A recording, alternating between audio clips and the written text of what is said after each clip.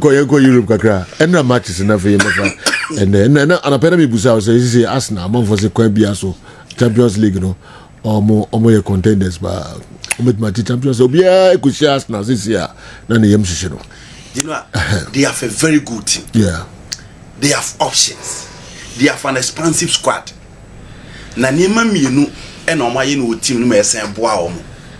Creative competition and the addition of the set pieces coach. And on the air drive Arsenal team no. But maybe the only position was Arsenal team just a second half. It is here they mean to fan conclude. Second round. This is a second round because the omu ye omaye where they are. Last season such champions the ombotra. But we had in a stop for me in the semi-finals. Yeah. League no so the be ombo say you be we are no medjan. Nti Arsenal the omu yes say be anywhere beating Bilbao, beating ATM. The scoreline in a bit deceptive in terms of the total output of the two teams. But say Joe, so share Arsenal team no on paper. David Raya ni wa kepa. Timbers ni wa Ben White. Say Calafiori ni wa Luis Maskelly. Say Gabriel ni Saliba ni wa Christian Mosquera boy Ben White base me asabe bo. Midfield or Christian Nogard Mae Zubimendi ni. Almost how Declan Rice. Omo Miguel Merino. Omo Odegaard, Omo Ebereche Eze, Omo Ewo Bukayo Saka, Omo Dortmund, and Omo Sawo Noni Madueke. On the left they have Trossard and Omo Esawo Gabriel Martinelli. And up front Omo Jesus, Omo Jokeres, Omo Kahabes. Into Omo team leaders do Omo be anywhere kwanda. Dia kane the change of mentality going forward because say injuries in the crab ba Omo replace Omo. And Obia don't talk about Bukayo Saka again because Arsenal don't rely on Saka again.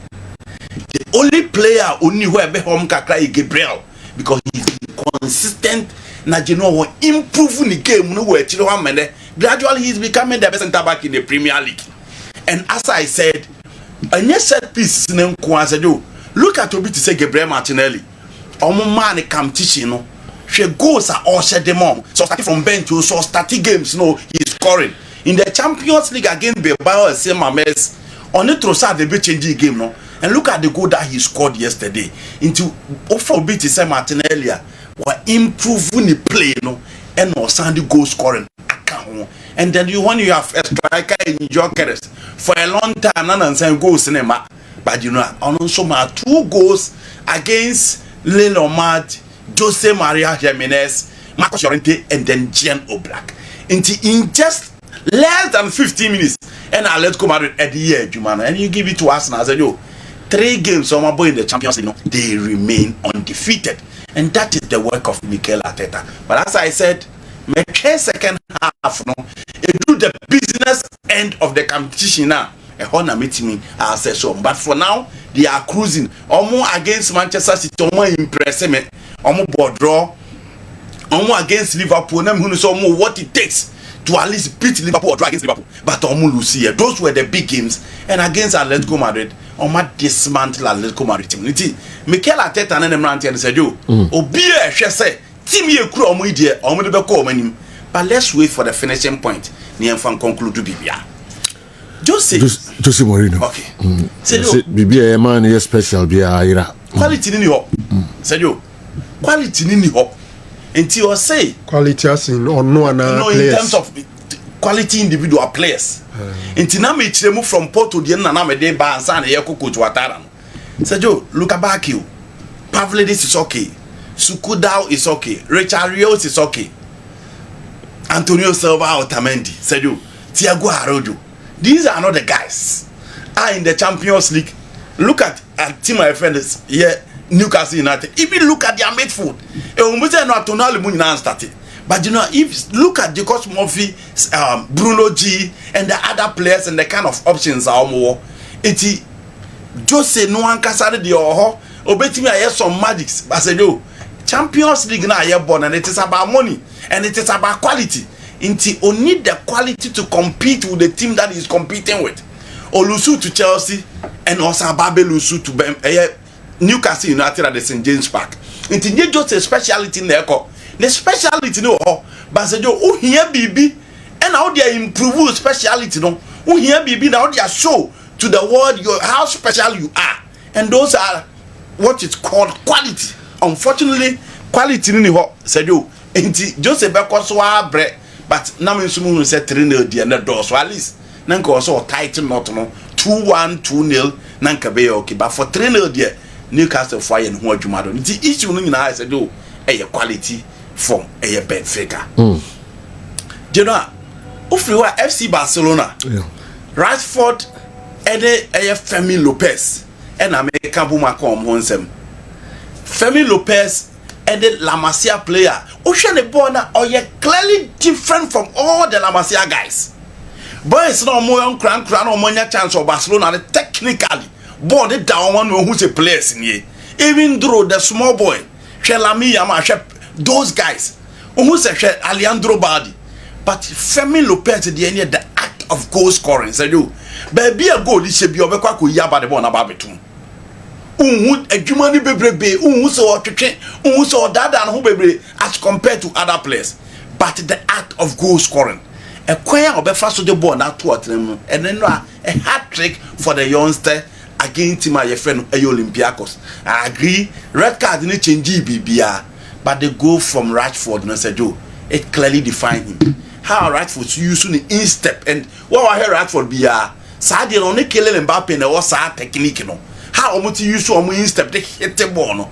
And she be an Rashford Gina na said you shakwan or hair the position of the goalkeeper and the coin or the ball no fast so at 2 at them na just super. Rashford is back and you know he just on form. Oh, he had the space to play his game and that space no na said you Otimianya or FC Barcelona. I hope say the Madrid game Obetimia step up now show the quality in that particular game. Good game for Barcelona and after PSG game no said you after Sevilla after struggling against Girona and Omababinya that resounding victory. I feel the pressure no abafem. But said you Lami Yama still a ball no Ntiminya and red them na obi I expect to say Obetimi enyam. PSG the omoye no Bay Arena no Girona and anyone. Their guys are back. Now, mobile back there, you expect that fire from Dembele, Kvaratskhelia, Desiree Doué, guys in our back end. And on the count, has said, Tima, your friend, by Leverkusen, and more to Kakra. Until Kakushia PSG, guys, no more now, but there you need to be careful. And Omirina could do red card, but say you, man from one job, 7 goals. And Omutimi at the Bayern Leverkusen at the Bay Arena. Napoli the other day. So only Antonio Conte in the Champions League and Yadia Sebeyon on the Champions League now on Yadia Unimbo until you don't need to waste your time or Napoli game now. Italian press no Edo more tension in Naro Echo Abrante Freno KDB because you know if you look at the team now Mobon Ofa Stanislav Lobotka Ofa Zambo Agiza Ofa Politano, Ofa Raspadori, Ofa Manchester United, Scott McTominay. Zedu. KDB is far ahead of all these guys. So they expect him say on the field of play, no, say Omo POB or best it should be KDB. It is Zedu. And KDB struggle within the game. Number of chances are not about the ball. They say no. Indeed, it is the reason why Omo in Ukraine come on. They feel say he's a big boy. And if there is anybody to change the fortunes of other players within the Napoli team, it should be him. And clearly, it should be him. But as I said, Unim Antonio Conte and the Champions League always too time. Or no, he is a league specialist, and any time of ever Champions League no struggle. Now to any games, you know, and I'm quick. Yeah. The European Classic, Sana Omo Freno, but said you and teams ni be ordinary. Ama. The big teams in the crown and Pempi are dominated by average players. Inti nasa European classes na kanene baswa na utimi enjoying. Se na offer you with team. Real Madrid are show more Champions League finals na saying team dey Champions League be. But one of the teams are Real Madrid with the Champions League bad you know. Kana unya Juve team. Ago Tudor on Javi Alonso said you Omumbi no nyina what it takes to play Juventus versus Real Madrid because Tudor was part of the Juve team. Omuyi Real Madrid free after losing 2-1 at the Santiago Bernabeu. Omu be share Real Madrid 3-1 at Stadium de Lapi. I got Tudor and then Montero were the two centre backs for a team at Fede Juve. On the road to Old Trafford, Abraham Kolusu to AC Milan, the finals, Manchester. Again, Xavi Alonso also was part of the Real Madrid team at Cristiano Ronaldo combo hat-trick. The J Arena. Douglas Costa be changing everything at the Bernabeu. Emma Lucas Vasquez being a last minute penalty. Emma Sejo. Madrid it will qualify. And then the Champions League final at the Principality Stadium. Cardiff. Into two teams in any moment. This season almost essential the FIFA Club World Cup. Emma Xavi Alonso the team is already into Madrid upper hand. Sejo the last 6 games for Juve. Or Madrid draw 5 and Omo lose bako. Into a chess any man ko yim farmer agotudo. Now Oma won in the last 2 games when you good results or bebre. It's likely so Omo betting me shown the exit. Xavi Alonso there. The problem Munya beating Olusu to ATM in the Champions League against Marseille. And okay, the last game Omo almost into 6 points as against Argo Tuda. Another to ball 4-4 and then only Villarreal about 2-2. Into 2 points as against 6 points and a game with a Baswa depend about Bremer absent, and that is a huge blow for Juventus. Into a Federico Gatti, Daniel Rugani, Lord Kelly Treback, Naoma Bokambiaso, Weston McKinney, midfield of Lucateri, Kerm Tram, an attack of Yildiz, Sergio Consansao, and then Jonathan Davis. Madrid team need the anymore. Sergio Honey baby also Monico. Vini is back, and watch the last 5 games. I don't know, I'll be changing everything. Kylian Mbappe is on fire, and then Ada Goulet and Jude Bellingham also supply move very well. To do the defense, and I said, also be careful as to how they can stop Madrid in this particular game. But Sergio Ada Bernabeu make a 2-1 win for Real Madrid in the Champions League. Okay.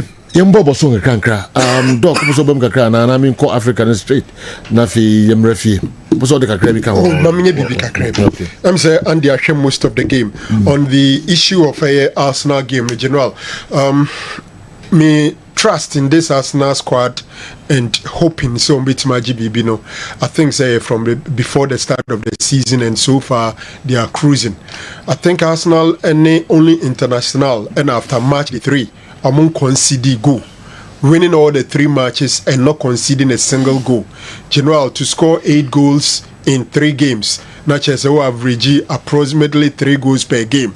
And then Atletico Madrid game, I think say some 13 minutes in it defining the entire game. And this is Atletico Madrid, one of the difficult side in Europe to break down and to beat them by 4-0. And it's not Atletico Madrid that they are not currently they are not on form. They are really on form. Ahead of another game, no more 7 games undefeated. And the teams are now much including Real Madrid. I think they gave Frankfurt some 5, gave Real Madrid 5 and all that. And this is the team Arsenal, Akwechana man 4. And what Arsenal team to say the Andy Kaino.